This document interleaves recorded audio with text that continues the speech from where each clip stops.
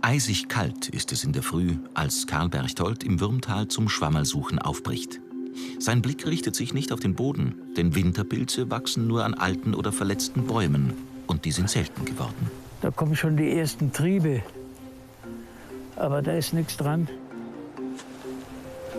Dann nimmt er eben damit vorlieb. Beste, was man essen kann in dieser Jahreszeit. Sein Allheilmittel: Holundertriebe. Aber gibt es hier auch Winterpilze? Doch, ich glaube schon. Ich hoffe es jedenfalls. Die werden immer weniger, aber ich hoffe schon, dass wir die finden. Im Bayerischen Wald nahe Frauenau schneit es, als wir mit dem Wissenschaftler Peter Karasch auf Winterpilzsuche gehen. Bis 2020 will der Mykologe im Rahmen des länderübergreifenden Interreg-Projekts des Nationalparks die Schwammerl im Böhmerwald erfassen. 2 deutschlandweit neue Pilzarten hat er hier schon entdeckt. Das ist einer von unzähligen Rindenpilzen, die jetzt auch im Winterhalbjahr gefunden werden können. Und den muss ich mitnehmen nach Hause ins Labor und mikroskopisch noch untersuchen. Karl Berchtold hat schon das Jagdfieber gepackt. Hier in diesem naturbelassenen Wald mit vielen alten abgestorbenen Bäumen könnte schon was zu finden sein. Da sind ja schon die ersten Wintersamtrüblinge. Ja, wunderbar. Das ist ein Heilpilz. Wenn man den isst in dieser Jahreszeit, hat man weder Schnupfen, Grippe noch Husten. Und der erfriert auch nicht. Der stellt nur bei Minusgraden, wir haben heute Minusgrade, stellt nur das Wachstum ein. Der hat eine Zuckerlösung in. Und wenn man den in dieser Zeit isst, da friert man auch nicht. Man kann mit dem Hemd bei 10 Grad minus suchen gehen und friert nicht. Also das ist einer der wertvollsten Pilze überhaupt. Den Mykologen fragen wir jetzt nicht, ob das stimmt. Doch Peter Karasch weiß, warum bei Kälte die Winterschwammerl nicht absterben. Das verdanken sie einer Art Frostschutzmittel. Hey, Samtfußrüblinge. Noch hübsch frisch. Und warum werden die nicht matsch?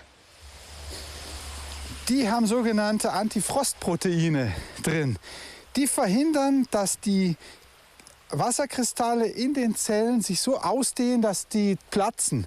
Das ist eigentlich bei den meisten Herbstpilzarten so. Ein Steinpilz zum Beispiel, wenn man den einfriert, wieder auftaut, hat man eigentlich einen Matschhaufen. Gell? Die Pilze bleiben nicht mehr in ihrer Substanz.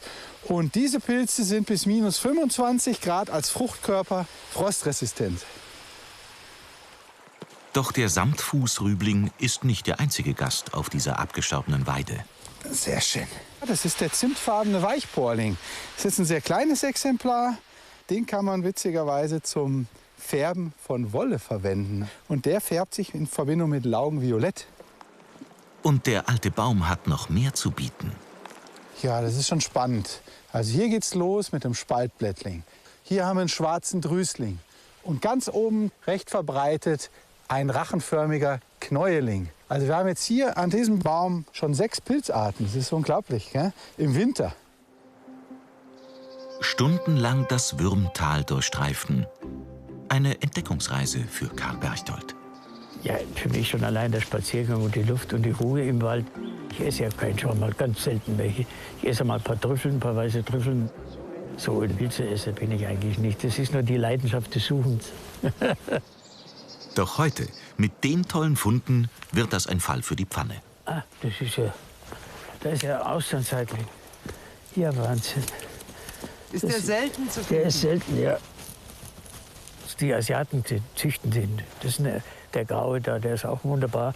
Aber das ist hier der Einheimische. Und wenn es ihn hier immer gegeben hat, warum soll man den kaufen, wenn man den hier auch findet? Ne? Der schmeckt gut, man muss bloß wissen, wie man ihn zubereitet. Ne? Wie würden Sie den zubereiten? Ja, entweder nur naturbraten und dann mit Balsamico, mit Essig. Oder eben man paniert ihn, aber die sind ja viel zu klein hier. Man paniert ihn mit Mehl, Ei, Semmelbrösel und macht dann eine Remouladensauce dazu und Zitronenscheiben. Rausbacken, Biting, das schmeckt hervorragend. Glas Wein, einmalig. Im Bayerischen Wald ist dieser wohlschmeckende Speisepilz nicht mehr zu finden.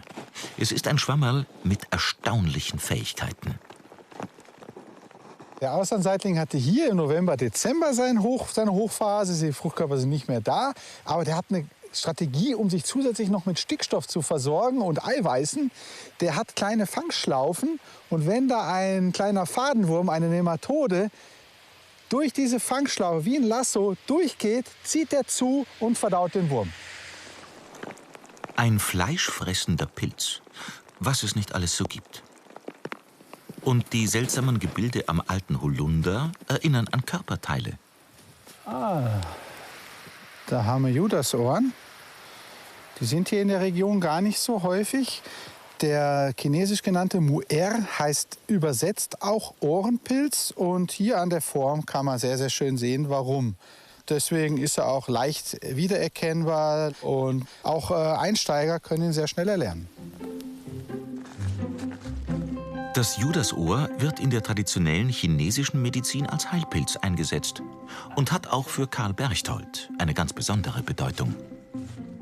Ich habe sehr lange gebraucht, das herauszufinden, warum die Chinesen den so gern essen. Weil die essen so viel Reis und Reis hebt den Zucker, treibt den Zucker hoch und der senkt den Zucker.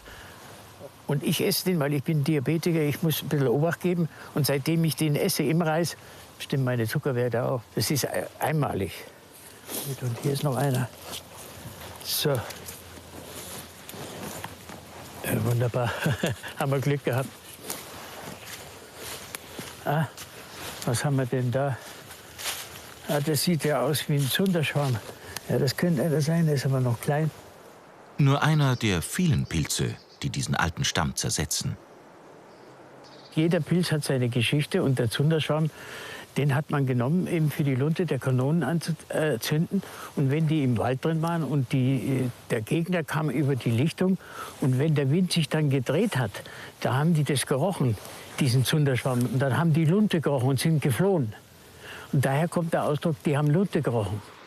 Erschnüffeln kann man die Winterpilze leider nicht. Doch Peter Karasch weiß, dass sie die Feuchtigkeit und das mildere Klima am Bachlauf schätzen. Und tatsächlich leuchtet da etwas aus dem Schnee heraus. Ja, sehr schön. Das ist der goldgelbe Zitterling. Hier sieht man sehr schön, warum er Zitterling heißt. Wissenschaftlich auch Tremella von Tremor. In Asien, da wird er auch gegessen. Da gibt es Dokumentationen, dass der gegessen wird. In Europa gilt er eigentlich als ungenießbar, wahrscheinlich wegen der Konsistenz, aber er ist kein Giftpilz. Ja, aber haben Sie den schon mal gegessen? Ich habe es mir aber nicht getraut. Ich finde genug anderes, was mir schmeckt. Und trotzdem denke ich, wird es sich mal lohnen. Mit dem goldgelben Zitterling hat Karl Berchtold nichts am Hut. Für seine Familie will er mal wieder ein Winterpilz-Rührei machen. Da freut er sich, dass an diesem alten Holzstapel noch ein Büschel Samtfußrüblinge wächst. Für das riesige Projekt Böhmerwaldpilze will Peter Karasch jedes noch so kleine Schwammerl erfassen. Es ist immer noch eine Herausforderung, die wird es auch einige Jahrzehnte noch bleiben, denn wir finden ja immer wieder neue Arten. Da müssen wir noch einige Jahre forschen. Und ab geht's ins Labor. Und für Karl Berchtold in die Küche. Die geschnittenen Schwammerl brät er mit Zwiebeln an. Dann nehmen wir ein Judasohr. Da ist noch Eis dran, aber das macht nichts. Ich springt am meisten aus der Pfanne, das Judasohr. Das hat so viel Wasser. So ein Winterpilz-Rührei hält er für die beste Medizin. Man kriegt keinen Schnupfen, keine Grippe, kein Husten, gar nichts. Das ist eben in dieser Jahreszeit ideal. So, jetzt tun wir das da rein. Doch ob sich der Gesundheitseffekt wirklich auf die Pilze zurückführen lässt oder ob man sich einfach abhärtet, wenn man im Winter Schwammerl sucht, das muss jeder für sich selbst rausfinden. Auf jeden Fall schmeckt es wesentlich besser als die üblichen Erkältungsmittel.